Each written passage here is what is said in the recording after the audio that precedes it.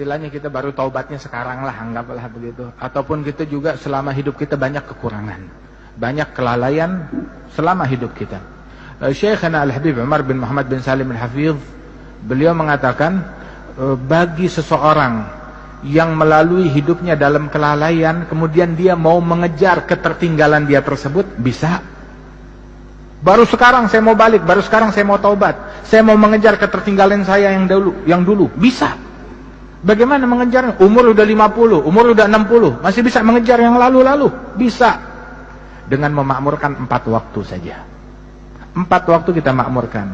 1 waktu antara maghrib dan isya. Bayangin aja, sekali kita makmurkan 12 tahun. Itu baru dengan sholat yang 6 rakaat aja, belum pahala pengajian, belum pahala ini, pahala itu. 12 tahun. Makmurkan waktu antara maghrib dan isya. Yang kedua, waktu sebelum subuh. Sebelum subuh. Itu Syekhana Al-Habib Attas Habsyi, dia bilang, ya waladi, la yakunud dik ahsan minnak. Jangan sampai ayam jago lebih jago dari kamu. Sebelum subuh dia udah bangun dan siap untuk berkokok. Janganlah kita kalah dengan ayam jago, dengan ayam jantan. Bangunlah sebelum subuh, jangan kalah dengan ayam. Kalau kita bangunnya habis subuh, ya ayam lebih baik dari kita namanya. Wahakata, makmurkan waktu sebelum subuh. Walaupun 15 menit, 20 menit sebelum subuh kita sudah di atas sejadah, udah siap. Siap dengan tasbihnya, siap dengan istighfarnya. Walaupun 2 rakaat. Rasulullah bilang, raka'atan fi jawfil lail kanzun min kunuzil bir. 2 rakaat di tengah malam bagaikan harta karun surga, kata Rasul sallallahu alaihi wasallam. Dan juga disebutkan Al-Habib Al-Imam Syekhana juga. Ini kita cerita orang yang kita kenal aja, nggak cerita yang jauh-jauh, orang yang kita kenal. Al-Habib Ali bin Abdullah bin Syihabuddin, itu dikisahkan beliau tuh puluhan tahun nggak pernah tinggal hizib akhir lail, tadarus Quran di akhir malam di masjid.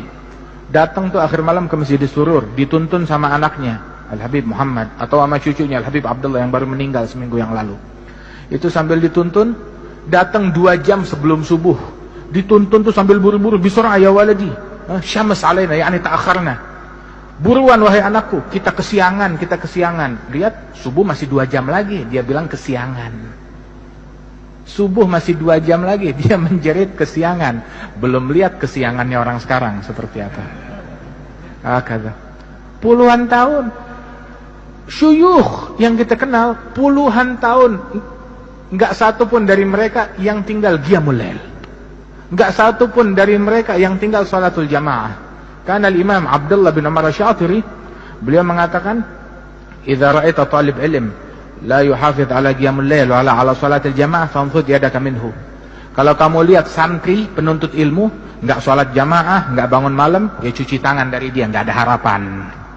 Santri nggak bangun malam, santri nggak sholat jamaah, itu nggak pantas disebut santri oleh beliau.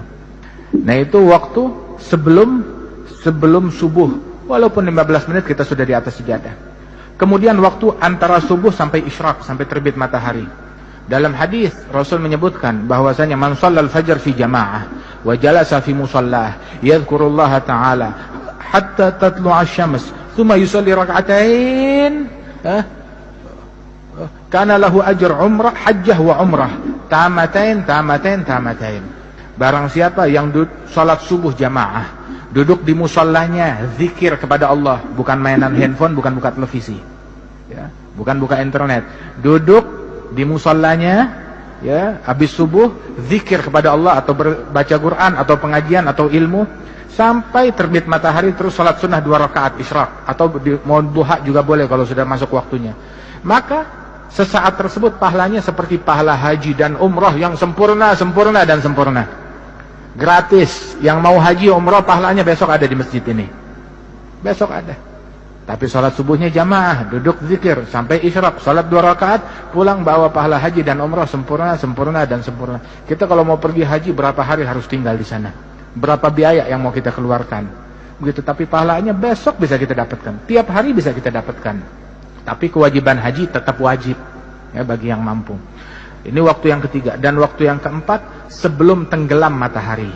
Siapkan sebelum tenggelam matahari untuk berzikir, bertaubat, memohon ampunan kepada Allah Ta'ala, bertasbih kepada Allah Subhanahu wa Ta'ala. Ini 4 waktu, ya, sebelum subuh, kemudian juga habis subuh sampai isyraq, kemudian juga sebelum tenggelam matahari sore hari untuk berzikir, baca wirid sabah wal masa, azkarul yaum wal lail, azkarus sabah wal masa, diringkas oleh Imam Nawawi dalam kitab Al-Azkar. Al-Azkar itu ringkasan daripada apa yang dicantumkan oleh Bin Sunni. Itu guru-guru kita dulu bilang, man magaral azkar falaysa bidzakar. Orang yang enggak baca kitab Al-Azkar bukan lelaki, enggak jantan. Bi'dar washtaril azkar. Beli kitab Al-Azkar walaupun dengan menjual rumah untuk beli kitab Al-Azkar, ya. Kemudian juga tuh waktu yang ketiga itu sebelum subuh, kemudian dari habis subuh sampai isyraq, sebelum maghrib walaupun beberapa saat untuk istighfar, dan antara maghrib dan isya. Ya, mudah-mudahan Allah Ta'ala makmurkan waktu kita. Allah Ta'ala makmurkan waktu kita dengan ketaatan, dengan keimanan. Ya, itu disebutkan ini terakhir, ulama kita tuh mereka mahal waktunya, terutama waktu antara maghrib dan isya, sampai mereka bilang, li'an udrab bisyu'la finnar fi wajhi ahab ilayya min an yukallimuni ahadun bainal maghrib wal isya bikalamid dunya. Lebih baik wajah saya dipukul dengan obor api yang menyala, disodorkan ke wajah saya, itu lebih saya sukai daripada orang bicara ngajak saya ngobrol obrolan duniawi antara maghrib dan isya.